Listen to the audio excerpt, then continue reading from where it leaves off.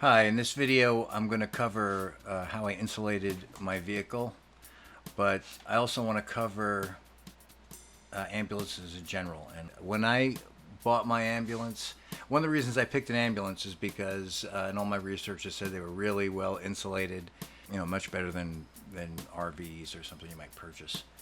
This was not the case in my RV. The insulation was styrofoam like we'd find in a styrofoam cooler. It was 1R value, just really bad insulation, and it wasn't even cut to fit right, so there was tons of empty spaces. So mine is a 2007, was built by Braun, and what I found is it seems like the older your ambulance is, the better insulated it probably is. My first ambulance was a Medtech, and it was a 91, and that was spray foam insulated, and there was no gaps. It was insulated really well.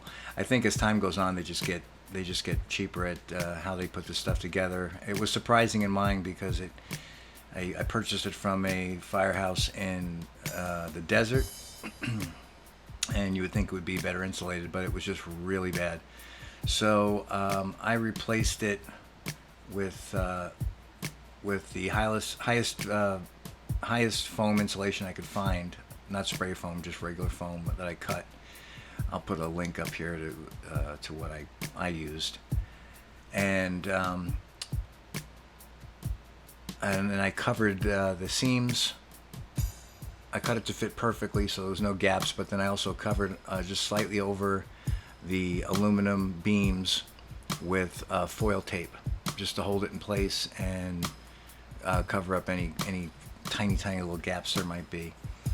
And it's like night and day compared to what was in there.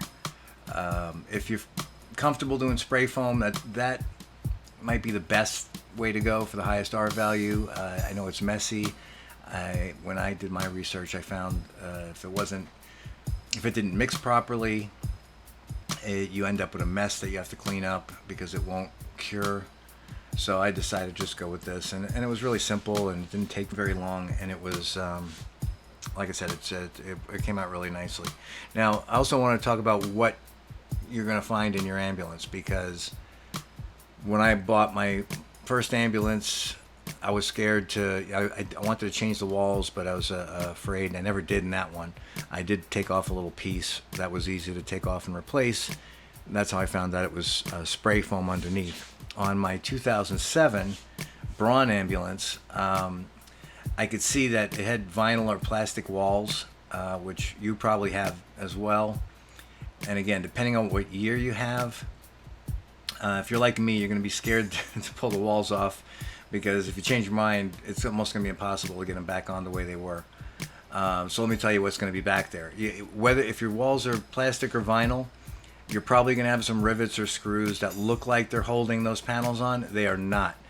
If you pull them off, 99% you're going to find they're held on by VHB tape. And the screws and rivets, I don't know what the point of that is. I don't know if that's just to hold them on. If the VHB tape over years and years and years it loses its adhesiveness, which I think would take decades.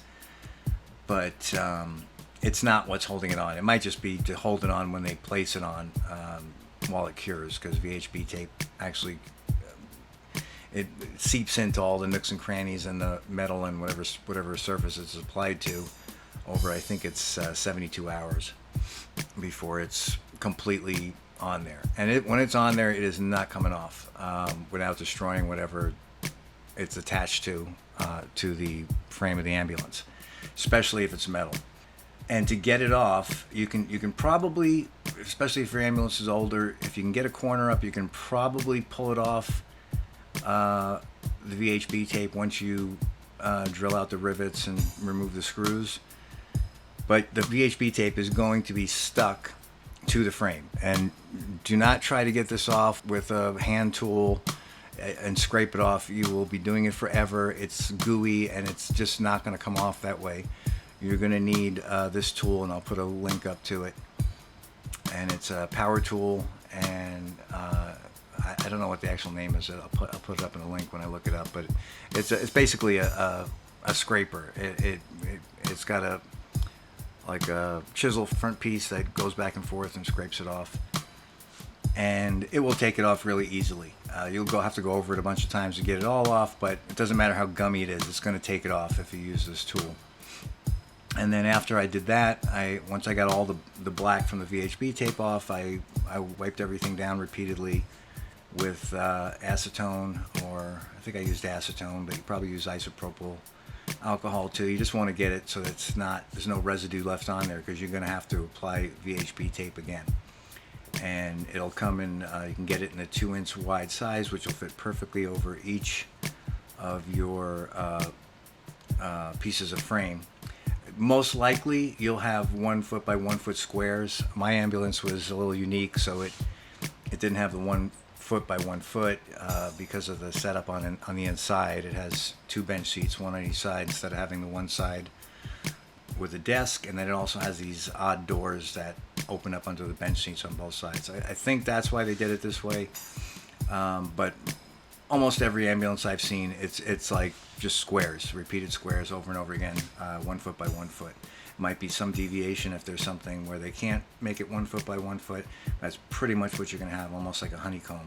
So if you have a plastic or vinyl walls, which is pretty much every ambulance I've ever seen, that's how it's going to be attached. The material is lightweight. It doesn't need to be bolted or screwed or riveted. VHB tape is going to hold that on there forever. And when you reapply whatever you do apply, you're probably going to want to do it the same way. So, and the reason you want to take your walls, if you're scared to take your walls off, you should, just to see what's under there.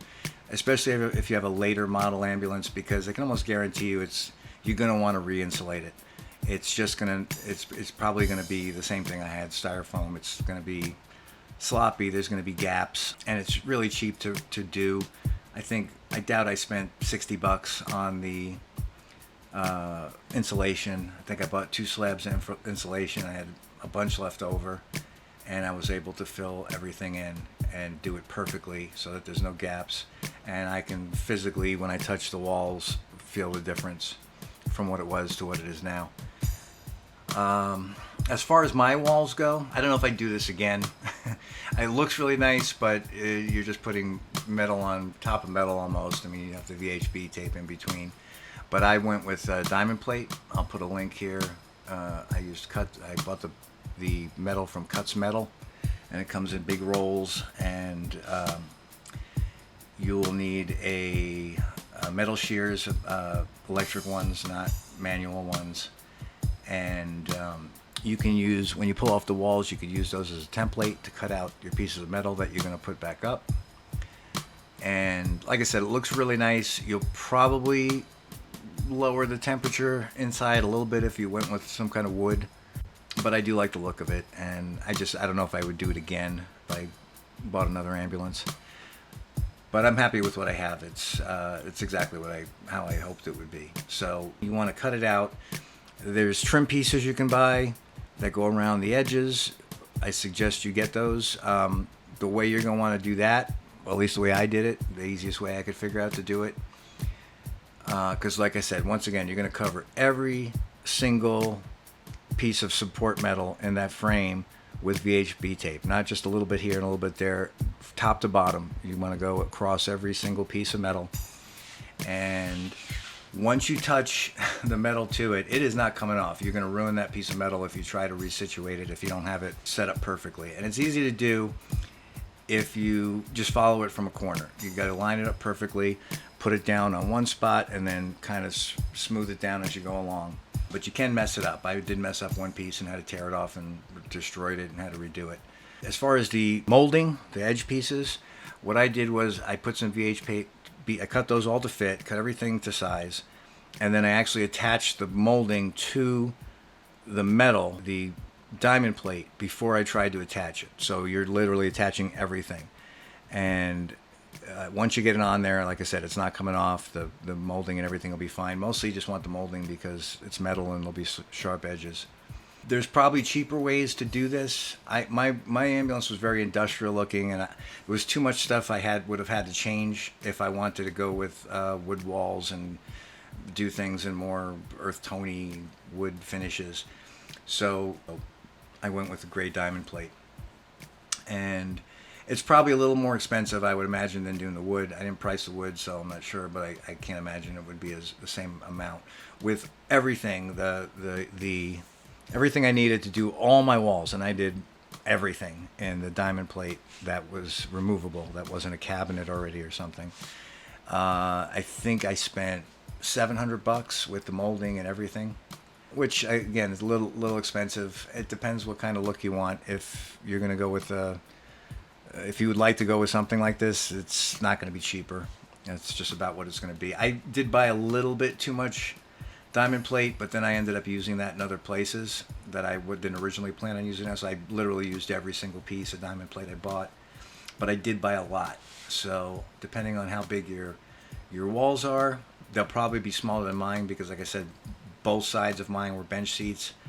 So if I would have had the standard cabinets and desktop and stuff on one side, there would have been a lot less wall on the side opposite the door for me to recover. But there is a lot. It's the same amount pretty much on both sides. So, and I had a front area I did around the toilet, and then a side wall next to the toilet. So it was a lot to cover. Yours may not need as much covered. Those parts I didn't even have to cover. They were already metal.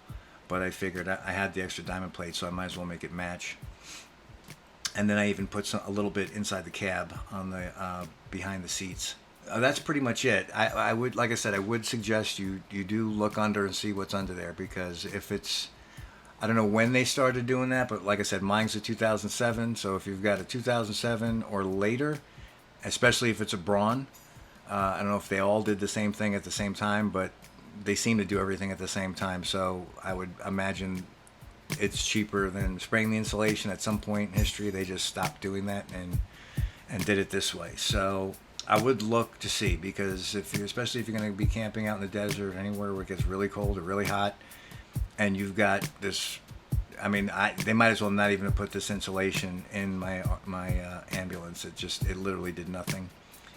So it's worth it to take a look, and it is just to let you know, I know it's scary to start ripping things out, but even if you wanted, if you can get the old walls off in one piece, which should be doable as long as you're careful and you don't try and pull it all off, you use the tool I'm showing you to kind of chisel it off, you should be able to just reinstall whatever was on there if you decide to do that. But it's worth it to take a look, because if it's not good insulation, you're going to be sorry later.